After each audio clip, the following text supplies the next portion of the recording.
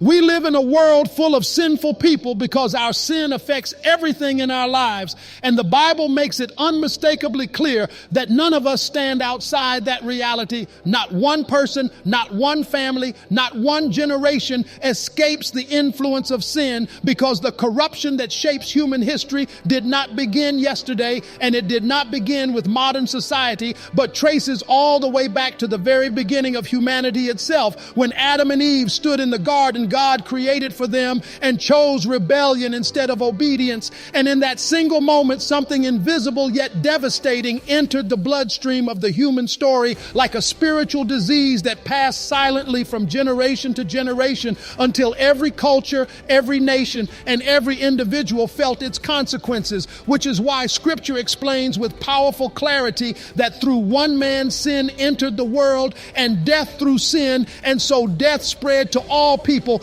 because all have sinned. And when we truly understand that truth, it changes the way we interpret everything happening around us today. Because suddenly the brokenness we see in relationships, the conflicts we witness in society, the moral confusion that surrounds us, and the increasing instability across cultures begin to make sense, not as isolated events, but as symptoms of a deeper spiritual condition affecting the entire human race. And that realization leads us to recognize why sharing the message of hope has never been more urgent than it is right now in our generation. Because platforms like YouTube have become one of the most powerful ways the gospel reaches hearts that might never enter a church building or listen to a traditional broadcast, meaning that every person who chooses to subscribe and share becomes part of a mission far bigger than themselves, a mission to carry light into places where darkness quietly grows stronger each day.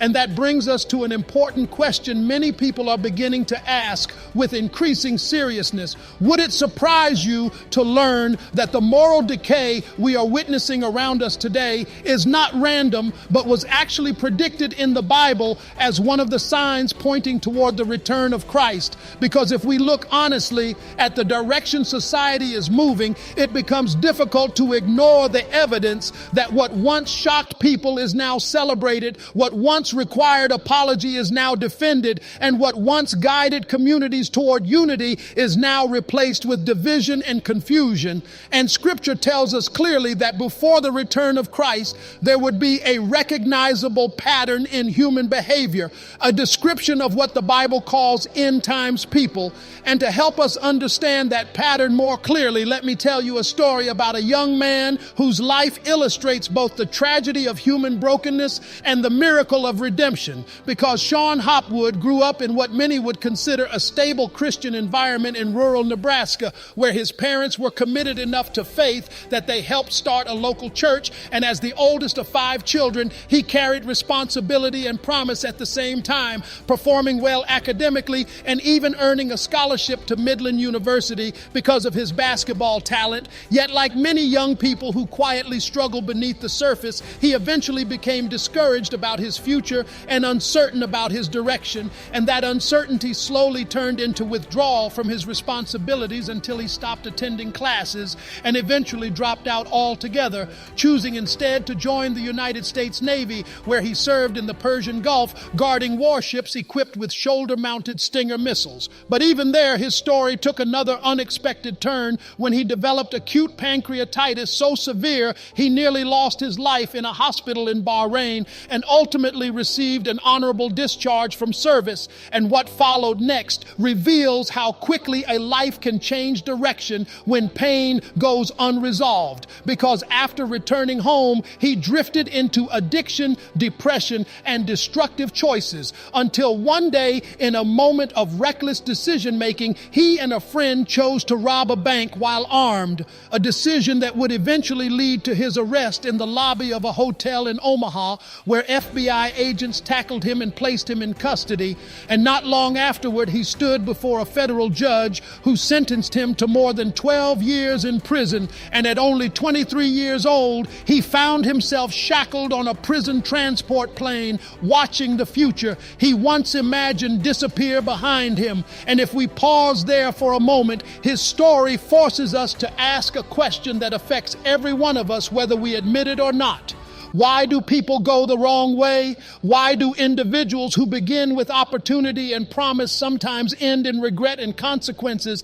And Scripture answers that question directly by explaining that sin is the fundamental problem of every human life, because the Bible declares there is none righteous, not even one, meaning that no amount of education, success, discipline, or good intention can remove the stain that began in the garden when humanity first chose independence from God. And because of that reality, every person lives in what could be described as a spiritual battlefield where forces of good and evil constantly compete for influence within the human heart. Yet something about our present moment in history feels different from previous generations, because many people sense that the intensity of moral confusion is increasing and the influence of godlessness is expanding into institutions, platforms, and conversations that once upheld values rooted in faith and truth, which is why the Apostle Paul's final letter to Timothy, written from a Roman prison cell,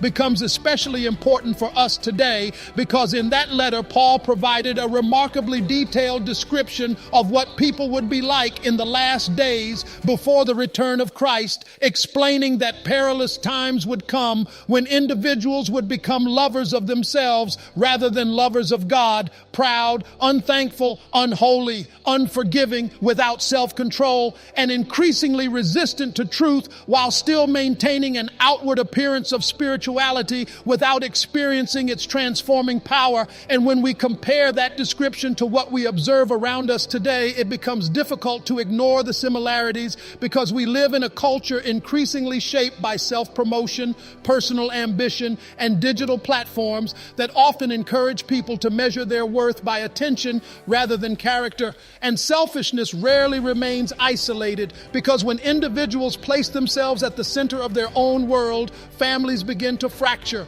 relationships begin to weaken, and communities begin to lose their sense of unity, which is exactly why Paul listed several family-related characteristics as signs of the last days, including children becoming disobedient to parents, gratitude disappearing from relationships, respect fading within households, love growing cold between family members, and forgiveness becoming increasingly rare, creating environments where bitterness replaces compassion and independence replaces cooperation, until entire societies begin reflecting the instability that started inside individual homes. And yet, even in the middle of that sobering description, Scripture does not leave believers without direction, because Paul reminded followers of Christ that they were once part of the darkness, but now had become children of light through their relationship with Jesus. And that transformation is more than symbolic language, because it describes a real change that occurs when someone encounters the grace of God personally, as though a switch inside their soul suddenly connects them to a source of illumination powerful enough to reshape their identity and their purpose. And that is why the Bible repeatedly encourages believers to walk as children of light by allowing goodness, righteousness, and truth to shape their decisions, even when surrounded by a culture moving in the opposite direction, because trying to blend light and darkness together never produces balance, but only confusion. And followers of Christ are not called to disappear into the background of culture, but to shine clearly enough that others searching for meaning can recognize the difference between authenticity and compromise. Which brings us back to Sean Hopwood's story, because while serving his prison sentence, he began working in the prison library, where he started reading legal books and eventually began helping other inmates with their cases. And during that time, he also reconnected with Annie, a friend he had quietly admired since high school, while his parents continued praying for him faithfully, and his mother kept sending Christian books reminding him that even though his circumstances had changed, God's pursuit of his heart had not ended. And after his release from prison years later, he and Annie became engaged and met with a pastor who explained to them that forgiveness through Christ was available even for mistakes that seemed impossible to overcome, words that stayed with Sean long enough to lead him into a personal encounter with God God's grace, where he finally recognized that redemption is not something people achieve by repairing their past, but something they receive through the sacrifice of Jesus. And that realization changed everything, because Scripture explains that in Christ we have redemption through his blood and the forgiveness of sins according to the riches of God's grace, meaning no failure is too great for grace to overcome, and no history is too broken for God to restore. And after committing their lives to Christ, Sean and Annie were baptized and moved to Seattle so he could attend law school at the University of Washington,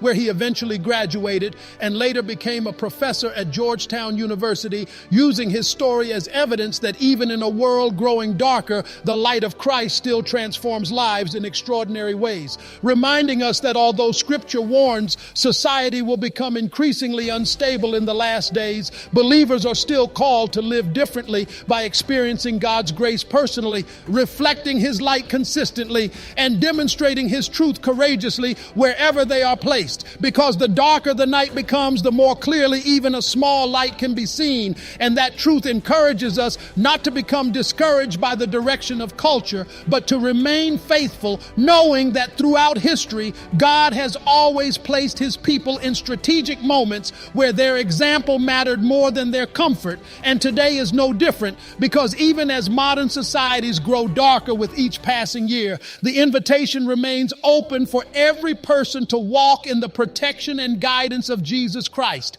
beginning with a personal decision to trust him and continuing with a daily commitment to live as children of light in a world still searching for hope, direction, and redemption that only the gospel can provide.